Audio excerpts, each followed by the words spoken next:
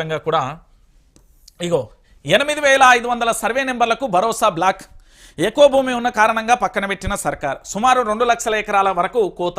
ఆ రైతుల పేర్లు ఉండాల్సిన దానికన్నా ఎక్కువ భూములు ఉందని అనుమానం.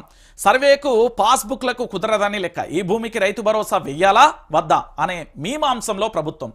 రైతు భరోసాలో 8500 ఎకరాల సర్వే నెంబర్లకు ప్రభుత్వం బ్లాక్ లిస్ట్లో చేసినట్లుగా తెలుస్తుంది. ఈ సర్వే నెంబర్ల కింద సుమారు 1.5 లక్షల నుంచి 2 లక్షల ఎకరాల భూమి ఉన్నదని సమాచారం. ఈ సర్వే నెంబర్లలోని భూమి లెక్కలను పాస్బుక్లోని వివరాలకు తేడా ఉండటం వల్లనే వాటిని రైతు భరోసా వేయకుండా బ్లాక్ చేసినట్లుగా అధికార పార్టీ వర్గాలు చెప్తున్నాయి. వాటికి భరోసా వేయకుండా ఉండటమా లేక రీసర్వే చేసే సమీక్ష తర్వాత పెట్టుబడి సాయం అందించడమా అనేది ప్రభుత్వం తేల్చుకోలేకపోతున్నది. మరోవైపు విషయం తెలక రైతులు ఆందోళన వ్యక్తం చేస్తున్నారు. ఇప్పుడు మీరు దేని గురించి అడుగుతున్నారు? ఇక్కడ భరోసా రావాలని మీరు అంటున్నారు, రాదని నేను అంటున్నా. వస్తుందని మీరు అంటారా భయ్, రాదని నేను అంటున్నా.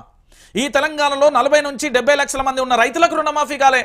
అలాంటప్పుడు వాళ్ళకు కేటాయించే ఒక్క సంవత్సరం కడుపు ఖాళీ పెట్టుకుంటే 40,000 కోట్లు తీసుకొస్తా, రైతులందరికీ పూర్తి స్థాయిలో కూడా వాళ్ళకు రుణమాఫీ చేస్తా అని చెప్పింది ఇదే ముఖ్యమంత్రి యనుమల రేవంత్ రెడ్డి.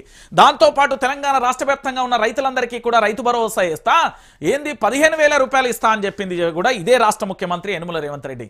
ఈ రోజు గత ప్రభుత్వం ఇచ్చే నిధులను కనీసం అప్పటి ప్రభుత్వం ఏ విధంగా అమలు చేస్తుందో వాటిని ఇవ్వడానికి కూడా ప్రభుత్వం ఏంది అంటే ఒక అడుగు ముందుకేస్తలేదు. ఎందుకంటే ప్రభుత్వానికి పరిపాలన రావట్లేదు, అడ్మినిస్ట్రేషన్ రావట్లేదు.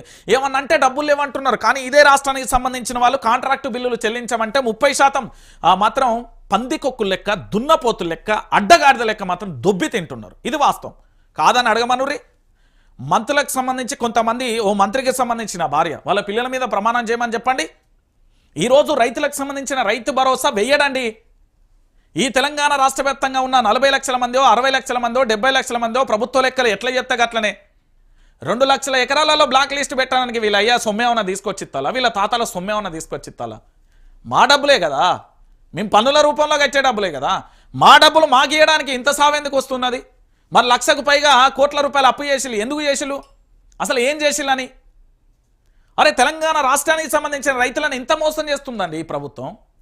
మరి ఇలాంటి ప్రభుత్వాన్ని గద్దెదించకుండా ఇంకా నెత్తినేసుకొని తిరుగుతా అంటే ఇక అది ఎవరు ఏం చేయలేదు. ఇక ఇంకొక విషయం ఏంటంటే జనం గుండెలలో కేసీఆర్. మాజీ ముఖ్యమంత్రి బీఆర్ఎస్ అధినేత కేసీఆర్